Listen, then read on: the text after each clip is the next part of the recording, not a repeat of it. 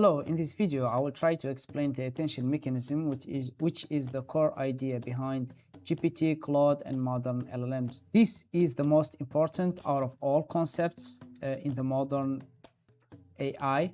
In modern AI, this is the most important concept, and it affects every model, or it is at the heart of every model, which is attention mechanism. So if we look at the attention mechanism use cases, it is used in GPT models, Anthropic models for text and language intelligence, GPT, Claude, Gemini, Llama, Mistral, all of the models, smart AI models, they are all based on attention mechanism. Cursor, for example, for code generation and autocomplete, code generation, code completion, refactoring. All of this is done by, or mainly these models mainly rely on the brilliant idea of attention mechanism. Nano Banana for image generation, multi-model transformers, and Sora for video generation. So as we can see, this is a very important mechanism if it is affecting all of these areas and being used everywhere. So in this video, instead of jumping straight into the theory side, the matrix multiplications, the paper implementation of attention, I will not start I saw a lot of videos starting by doing that, but I think it doesn't give a solid foundation on the building blocks to understand the main idea of attention.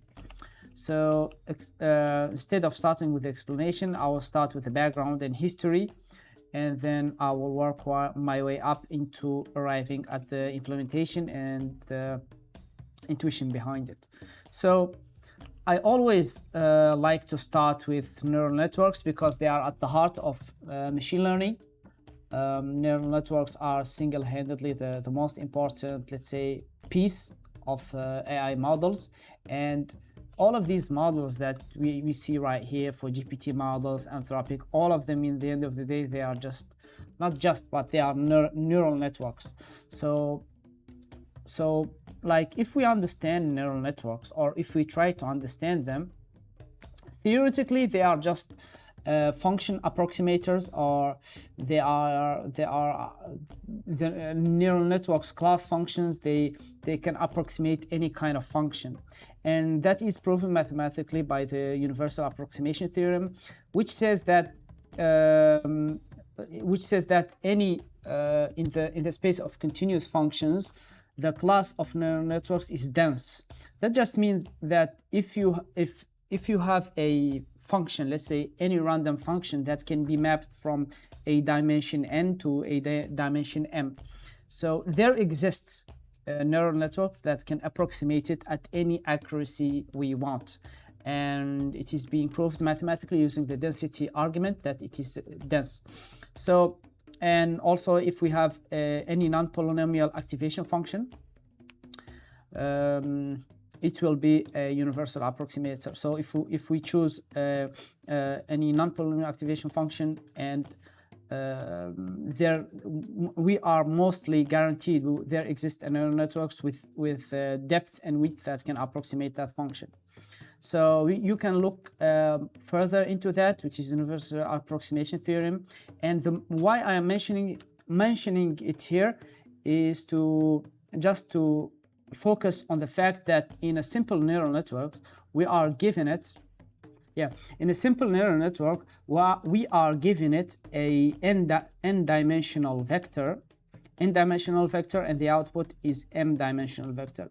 But the important thing is to understand that we are giving it one vector. So we are giving it one vector as input of n dimensions, and each dimension describes a feature of the data we are passing.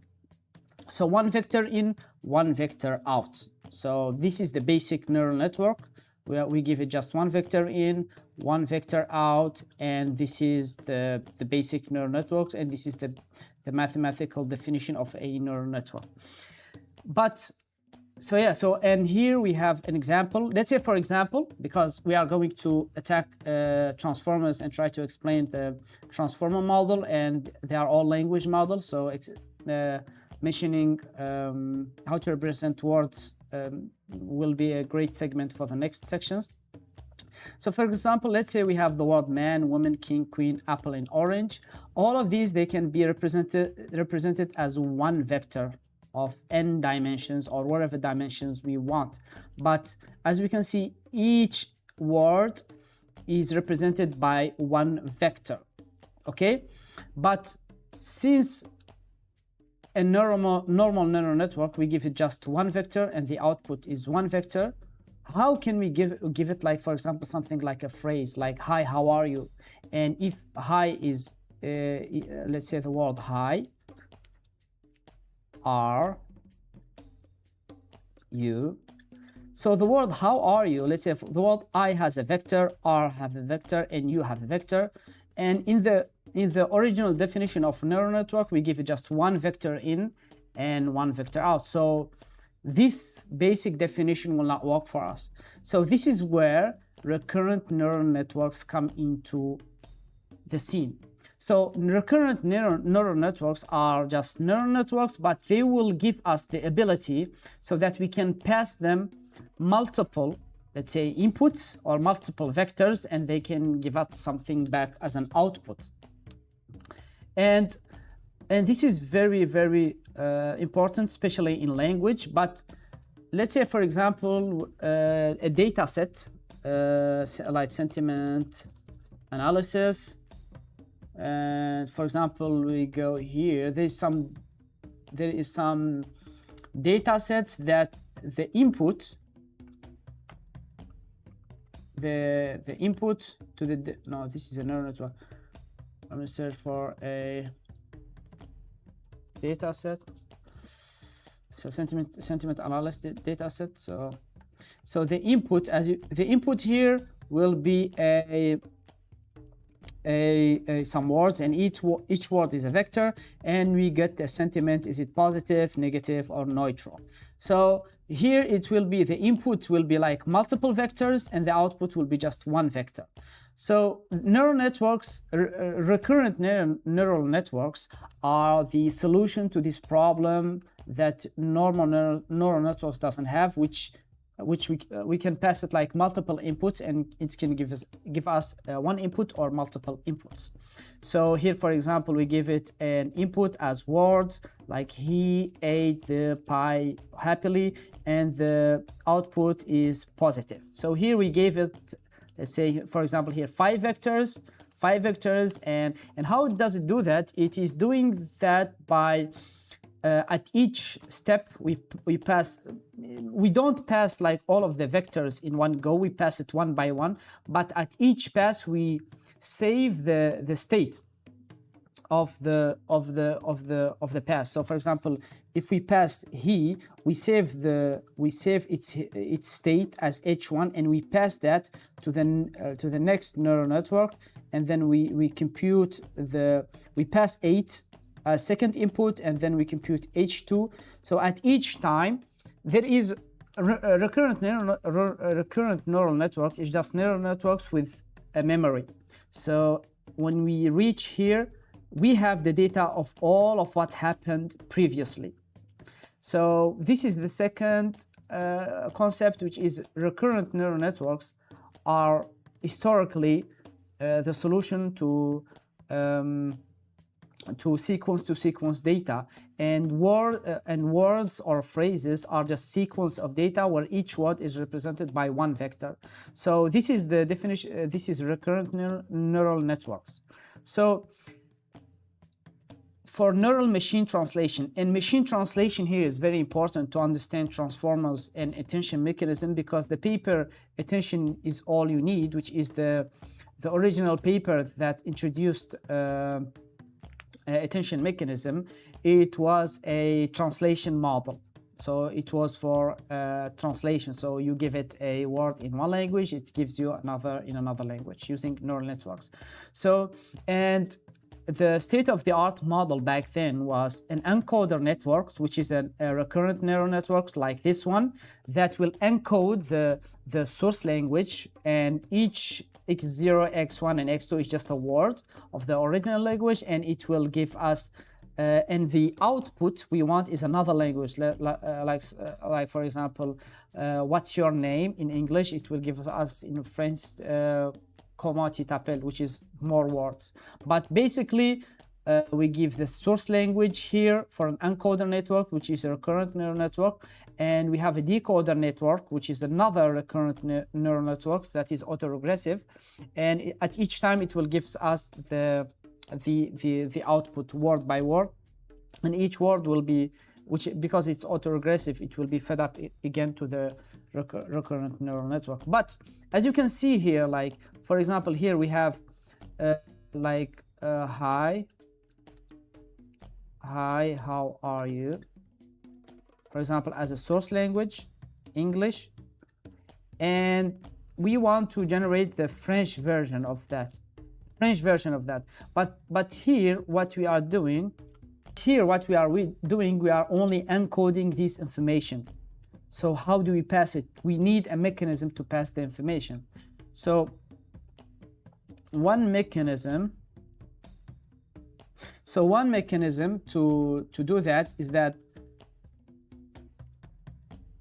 that we when we are passing the input to the recurrent neural network, in the final input we will generate the final hidden state, that will encapsulate all of the information of the source language and pass that to the decoder network so that it can start translating. So this is the basic idea here. We moved from normal neural networks, then to recurrent neural networks, then neural machine translation based on recurrent neural networks. So to understand modern LLM architectures, it is essential to understand neural machine translation, where sequence-to-sequence RNNs, attention mechanism, and later transformers were first introduced to address alignment and long-range dependency challenges. I will explain that later. So here we have, in, let's say for example in French, this is the encoder, and for example we have in French les pauvres sont démunis, and this is a source sentence, and for example this is the recurrent neural network. We pass this, the first input, second input, third input, fourth input, and then here what we see here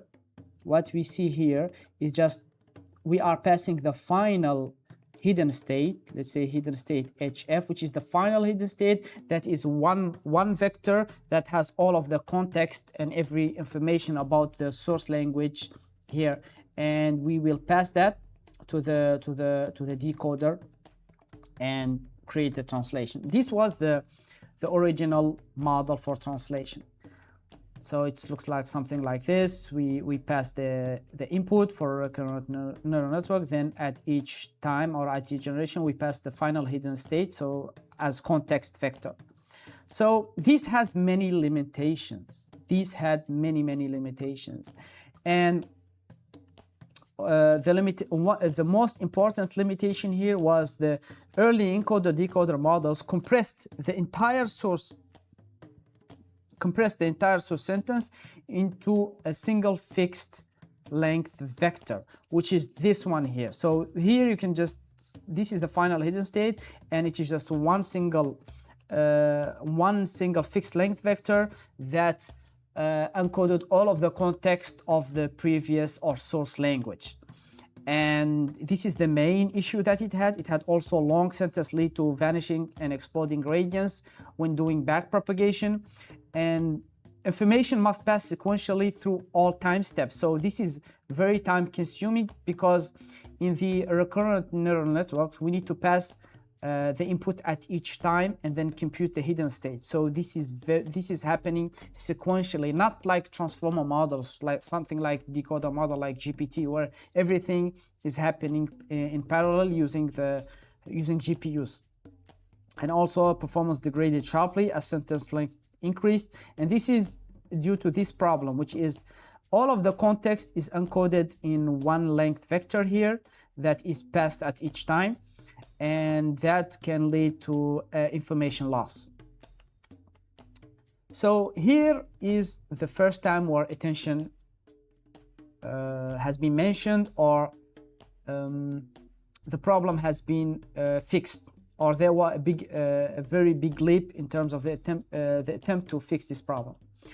And it is in this paper, Neural Machine Translation by Jointly Learning to Align and Translate, and it was in 2014 by researchers, and Badano is the one who is very famous for this paper.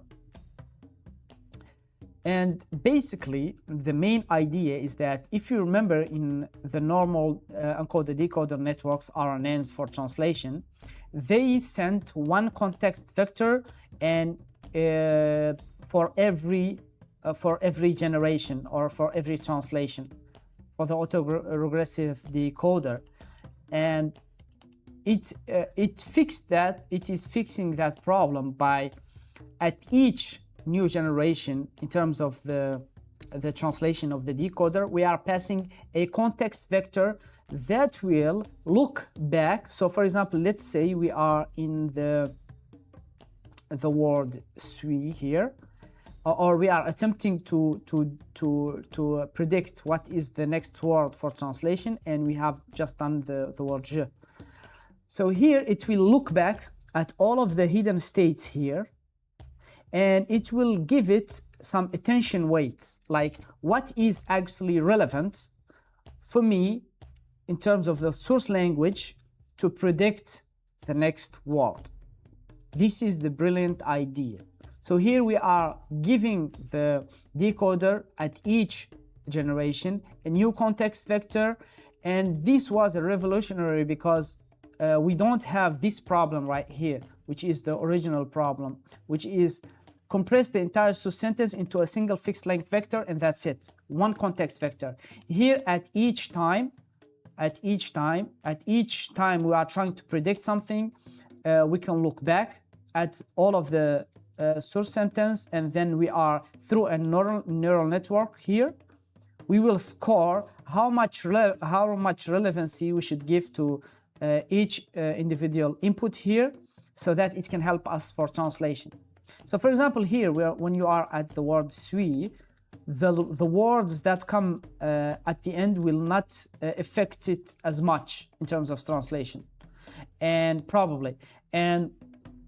so here you see it is giving more importance to the first word and the second word, and that really was where the attention, or the idea of attention, first appeared. And if you really look at it, it is just a way to giving context. So it's just a context enrichment mechanism. So this is the first thing. So let me just go to the paper, which is here. This is the paper that first introduced this concept, was 2014, and it is neural machine translation, which is just using neural networks for machine translation by jointly learning to align and translate. And to align here is the attention mechanism. So most of the proposed neural machine translation models belong to a family of encoder-decoders. So as mentioned in the presentation, most of the models were before transformer models were just encoder-decoder networks. So a potential issue with this encoder-decoder approach is that a neural network needs to be able to compress all of the necessary information of the source sentence into a fixed length vector. This was the main issue. It was this one. Like all of the context here is summarized into one vector, and that's it. This was the main issue. Approach that needs to be able to compress all necessary information of a source sentence into a fixed length vector. This make it difficult for neural networks to cope with long sentences, especially those that are longer than the sentences in the training corpus. In order to address the issue, we introduce an extension to encoder-decoder model which learns to align and translate jointly. Each time the proposed model generates a word in a translation, it soft searches, which is this, it soft searches, which is here, at each time it soft searches here, it searches what kind of words or what words are relevant to me or to the next generation, that what kind of words that are relevant for the translation. So not all words are relevant to the translation, or the weights are different. So each time soft searches for a set of position in a source sentence where the most relevant information is concentrated. Exactly. So we have relevant information are concentrated in one part. For example, if you are at the word étudiant in French, like the word student, like the information of student should be passed or should be like highlighted, or should be like, we should have here like a big weight, maybe 0.6 or 0.7, or something that really makes pass the information. And the model then predicts a target word based on the context vectors associated with these source positions and all previous generated target words. And this is it's just a neural network here that is choosing what kind of words. This is the source language and this is the predicted target language, and at each time it is searching for what words that it will help it to predict the next word. And this is the neural networks that doing it's called the aligned model, and it scores how well the inputs around position G and the output at position I match. The score is based on RNN hidden state SI-1, which is here for the target language, just before emitting YI, and the GF annotation HG of the input sentence. So we parameterize the alignment model A, just an aligned model, as a feedforward neural network, which is jointly trained with all of the other components of the proposed system. So it's just a neural network that will try to align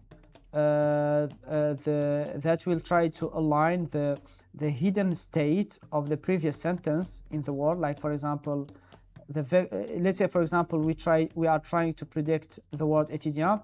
We are here taking the hidden state of the word suis and trying to align it, or finding how similar is it to the hidden states here to give us the context vector. Yeah, this is the paper that first introduced the attention mechanism, or the idea of attention. Not the full self-attention that we use today in GPT models, Claude models, but the idea itself, which is giving a context vector at each time. And for example, here the interesting thing, this is the target language, which the source language, which is English to French, and the interesting thing here is that in French and English, sometimes the words flip. So here in English, the European Economic Area, and in French, la zone économique européenne, and they are like switch. So here, zone, which means area in English, like the model actually gave a lot of importance to the word, a lot of importance, like to the word zone, like, even though it's not like in the same order. So here it's captured like the words that really matter for the translation. So this is really like the idea of attention first has been appeared. So this is and it's called Badano attention, basically. So this is the first time attention has been proposed. And we come to our modern day transformer model, and this is from the paper Attention is All You Need paper, and it didn't just introduce a new technique, it's part of the AI revolution we're living today. All of these models use either one part of this or both. Llama, Anthropic, GPT, all of them, they are decoder models only, and they are autoregressive, and they are using this part.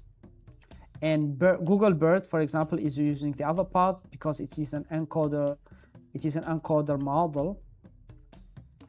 But all of these, Nano Banana, DeepSeek, all of these are using this attention. So I am highlighting this here just to really like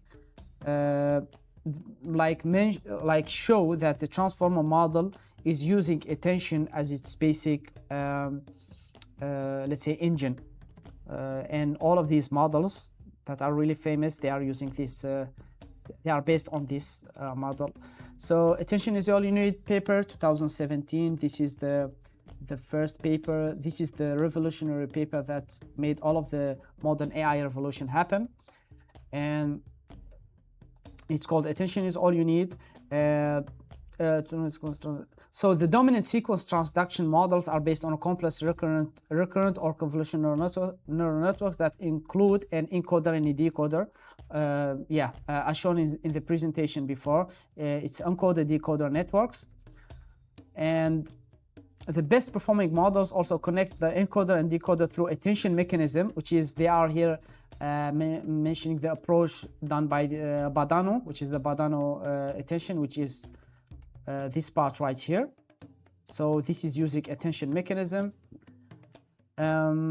We propose a new simple neural network architecture, the transformer, based solely on attention mechanism. So what did they do here is that they took like the state of the art like attention recurrent neural networks that are encoder decoder models, and they threw the recurrent neural networks because they had a lot of problems. So through the best performing models, so connect the encoder and decoder through attention mechanism, we propose a new simple network architecture, the transformer, based solely on attention mechanism. Exactly. So this is what they have done here. This inherently sequential, which is RNNs or previous architectures, this inherently sequential nature precludes parallelization within training example, which becomes critical at longer sequence length as memory constraint limit batching across examples. Yeah, this is the limitations of recurrent neural networks. They are sequential, so one input at a time, one vector, then another vector, computing the hidden states at each time. So parallelization here is a very important word, because this is the first time this kind of translation model which was like parallel, which is in this work we propose a transformer, a model architecture achieving recurrence and instead relying entirely on attention mechanism to draw global dependencies between input and output. The transformer allows for significantly more parallelization and can reach a new state of the art. So this was the revolutionary paper that first introduced, that were later GPT models, and all of the other models are based on this architecture. So most competitive natural sequence transduction models have encoder-decoder structures. That was in the past. At each step, the model is autoregressive. That means at each step, the model, for example, here, the model generates a word here. That word gets fed up again as an input. So yeah, so this is attention here. This is the model. This part is the encoder part. This part is the decoder part. So yeah, and also this is how the attention is calculated. I will come to that later in the presentation. This is the formula for it. So yeah, so this is the paper that made all of the new changes and revolution in AI. This is the most important paper, which is called Attention is All You Need. And one thing here, and it is interesting, which is what is the difference between Badano attention with the recurrent neural network and the transformer model attention, which is called self-attention. So the difference here is that the Badano attention is looking at it's giving context from the hidden state, which is to understand the world or to pass context for the world economic. We are looking at the inputs to the encoder recurrent neural network.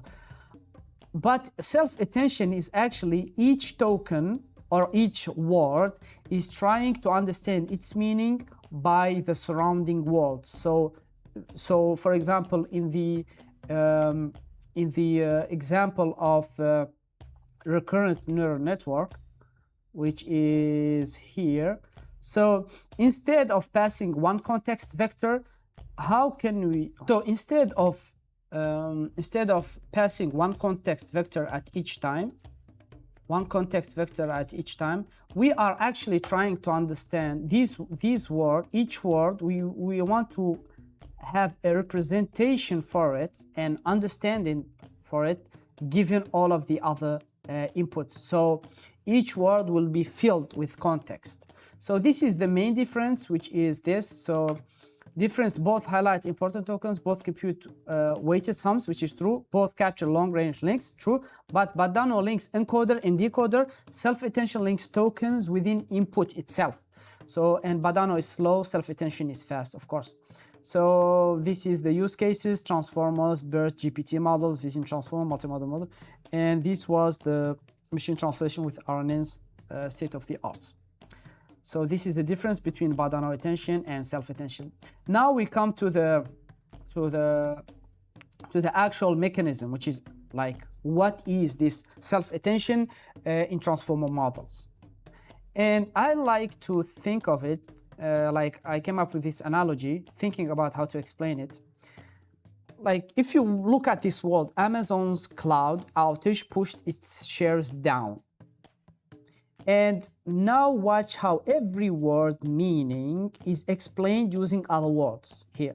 Because standalone, we can if I just tell you the word Amazon, like it can mean a forest, it can mean maybe a company.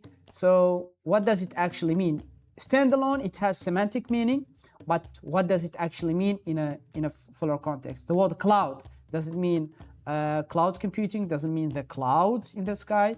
Outage, all of these words, they have semantic meaning by themselves, but they change. The meaning is, if they are in a word, it is enriched by other words. So to understand the word Amazon, let's say that the word Amazon will look at every other word to conclude what is the meaning of it. So Amazon here, if it look at every other word, it means the company Amazon, because it owns clouds and shares. So the word shares, cloud, shares, cloud affected the meaning of Amazon.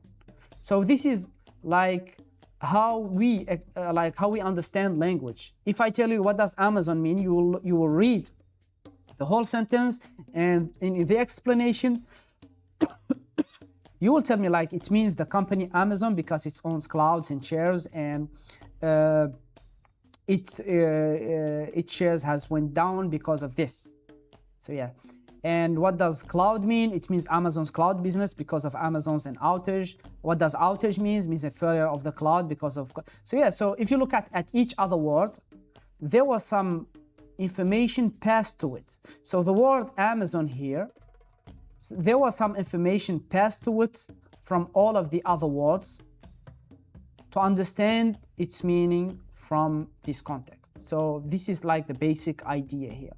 And since there is some information transfer, so the word cloud, like some information of it went here to understand Amazon.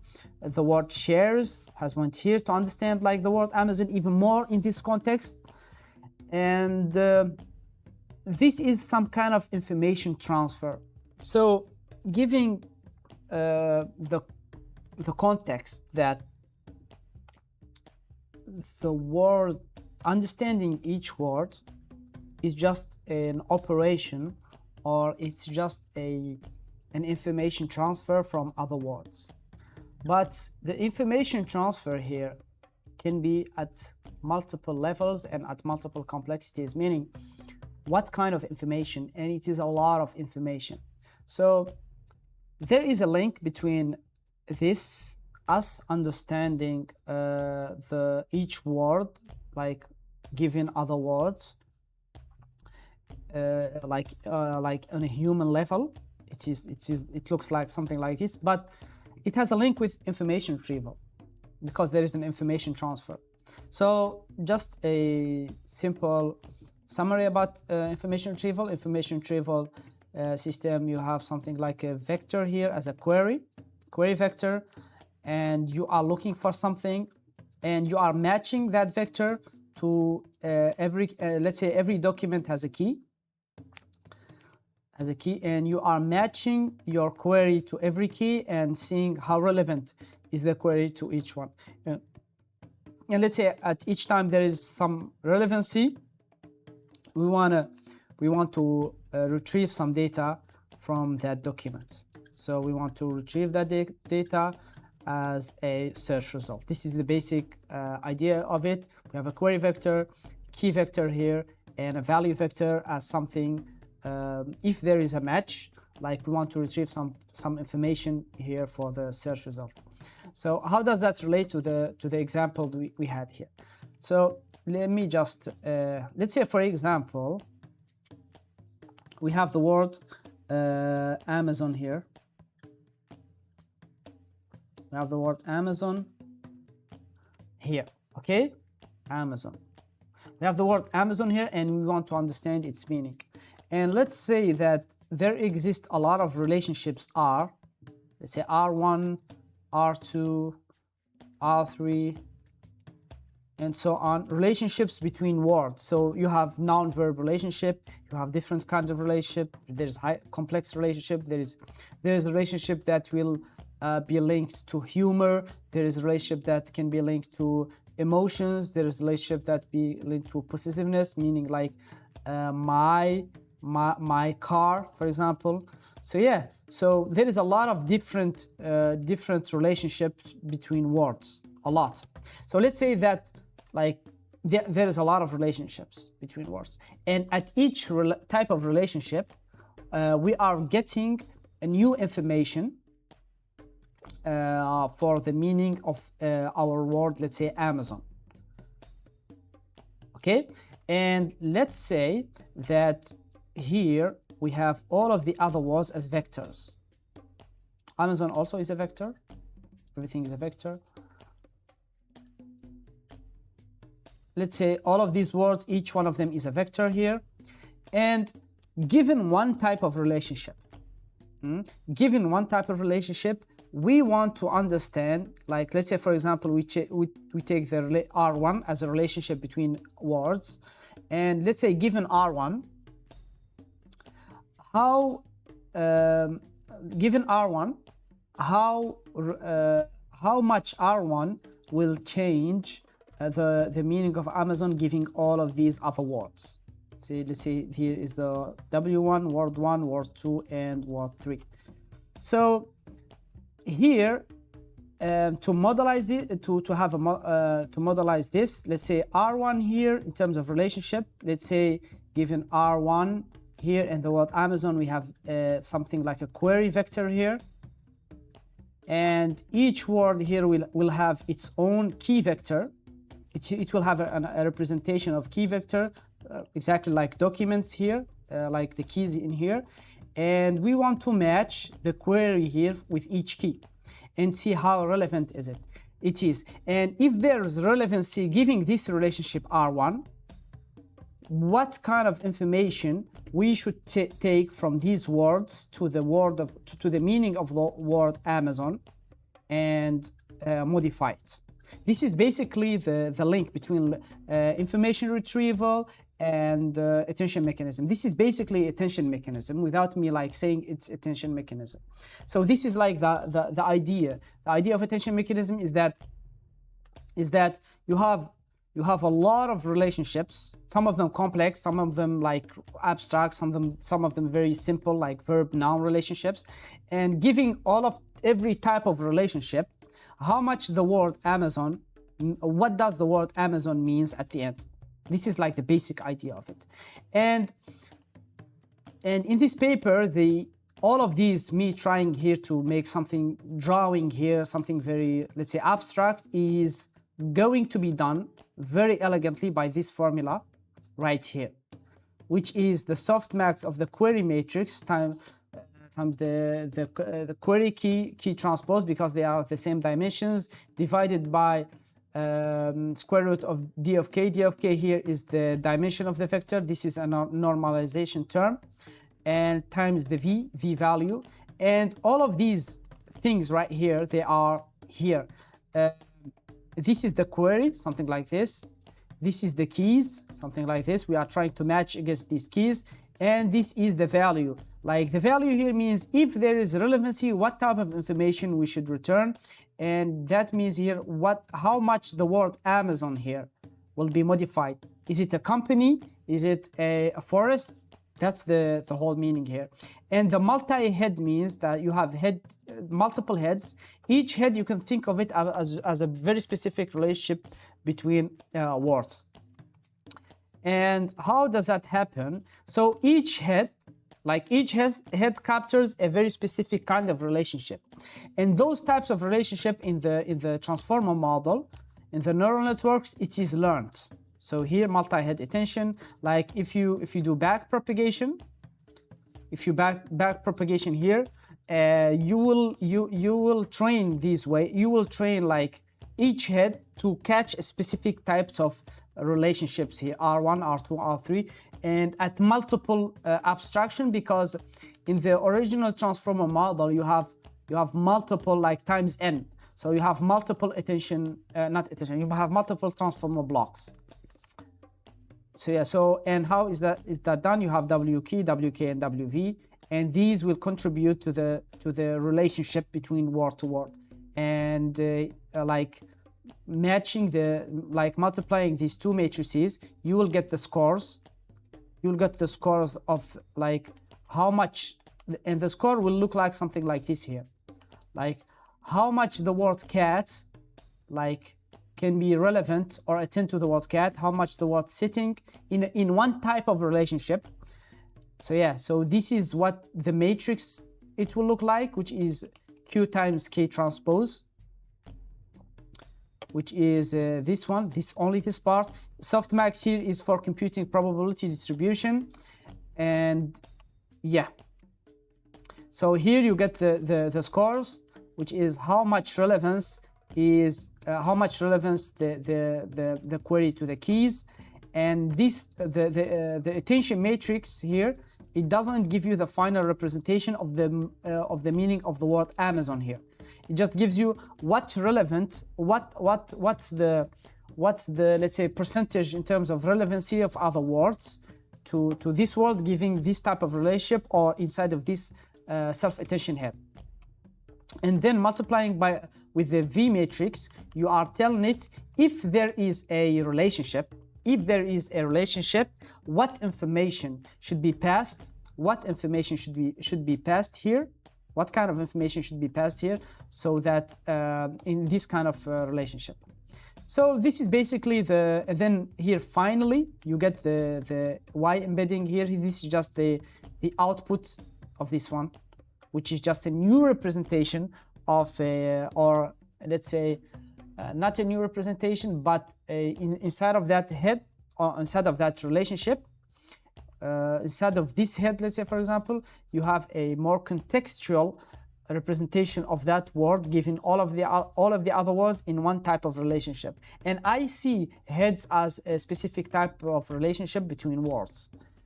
And yeah, so this is the paper attention is all you need.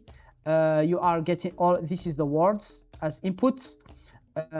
They are all vectors, and here you are transforming. You are here getting the keys, queries, and values, and then you are getting here the attention scores between tokens in one specific head, and then you are multiplying by the values vector to get a new representation of each token inside of that head. So yeah, so this is the basic idea. I like to link it to information retrieval. That makes it more intuitive and like you can imagine it better. And yeah, so thank you a lot for watching this presentation video, and I hope that you have a better understanding about attention mechanism. And hopefully I will do later videos going into tokenization, embedding, because I skipped that, I didn't mention that, tokenization, embedding, positional encoding, all of that stuff. But I think attention mechanism is the hardest part in the transformer model. And yeah, thank you for watching, and bye bye.